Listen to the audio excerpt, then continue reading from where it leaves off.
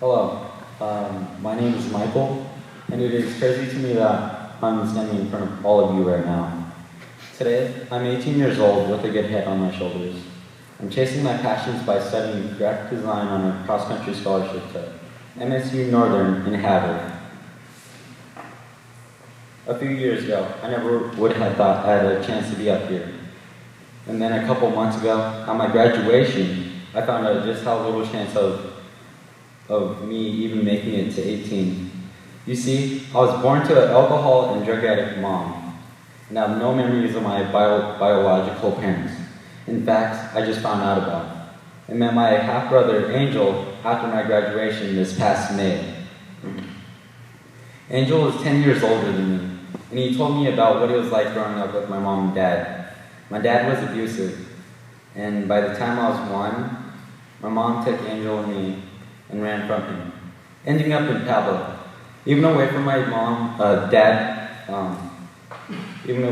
dad, my mom wasn't able to take care of us. It's not that she was a bad person, but as Angel put it, she loved us the way she was loved. The only way she knew how to love. She would leave us on our own for weeks at a time to go on another bender. And at 11 and 12 years old, Angel took care of me by any means necessary. Without the bills getting paid, our house would lose power, meaning no lights or heat. Angel would wrap me in any blankets he could find to keep me warm. He'd go run and steal food and supplies whenever he could to make sure we could survive. Eventually, he carried me to CPS so they could take care of us. We would stay there until our mom would come back and take us home, only to go through it all again and again. Eventually, we were placed in a foster system. Over the course of 1 year, we bounced around 14 different foster homes on the reservation. Angel and I were repeatedly neglected and treated poorly, so we kept bouncing around. Finally, he took us back to CPS, where we stayed in an emergency foster home for 2 months until we found our new homes. Angel had been in survival mode for years, stealing cars and food and doing whatever it took to keep us alive, and was deemed to be a risk in most homes. So he was taken in by the chief of police, and my yaya and papa had heard from some family members about what had been going on, and only they took me in. I was very shy and antisocial as a child, which makes sense looking back. My yaya and papa worked a lot, and I spent much of my time with them at their offices. My papa would make me wooden toys to keep me occupied. We'd go fishing and hunting, spending as much time as possible. Thank you, Papa. All things considered, I had a fairly normal childhood. I was very blessed to be raised by my yaya and papa, and to grow up with no knowledge of the pain of my past, which exactly the way Angel wanted it.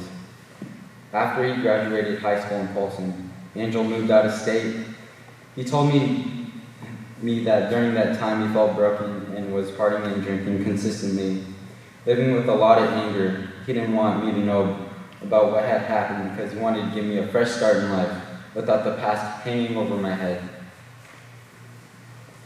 When I was in first grade, my yaya and papa enrolled me to Boys and Girls Club. I was a handful. I didn't want to be there. I did not want to meet new people. I had a horrible attitude. One of the earliest memories includes me being so desperate to not sweep the floors that I ran out the door across the parking lot and I hid in Dairy Queen. But then it all changed when Grandpa Jay invited me to play a game of checkers. He would talk to me about life, talk to me how to play the game, and help me understand more about the club and other members who would go on to become my friends. Grandpa Jay was the first staff member to really connect with me. He was my first buddy. Then there was Lee, who was hilarious and helped find my sense of humor. And Dario and Zach, who showed me that I can live with a positive attitude and choose to focus on happiness. With Tim, I've learned to be competitive, but not too competitive. After a game of Wii boxing, ending up with a broken TV. Then there's Jimmy Ray, who's one of the funniest people I know, and has shown me that laughter can be a great way to work through the tough moments. When I was younger, John helped me to develop my love for drawing and then set me on a path to study graphic design. Amy, who has been there since the first day I came to the club, was and is possibly the nicest person ever. There are so many more stats that I can mention, but I think you get the point. Overall, the club has changed the way I go about life. The people have been there through most of my life, worked with me when I was a handful, celebrated with me when I found success, and they've made me confident that I can handle the ups and downs of my future.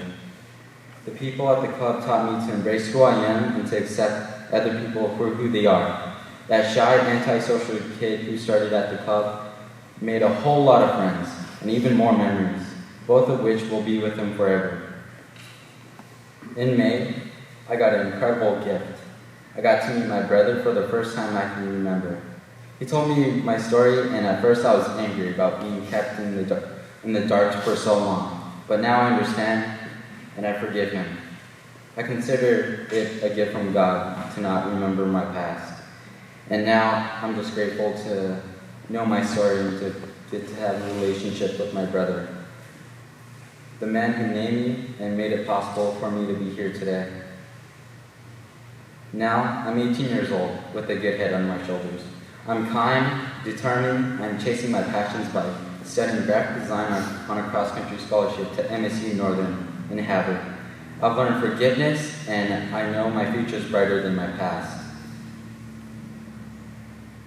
My mom loved Angel and me the way she knew how, but because of the people in my life, because of my Yaya and Papa, because of Angel, because of Grandpa Jay, Lee, Dario, Zach, Tim, Jimmy Ray, Amy, John, and everyone else at the club. Because of you and the support you provide for the club, I know a better way to love people. And now, I just ask that you do everything that you can to make sure that you make the difference for the next little kid like me. Thank you.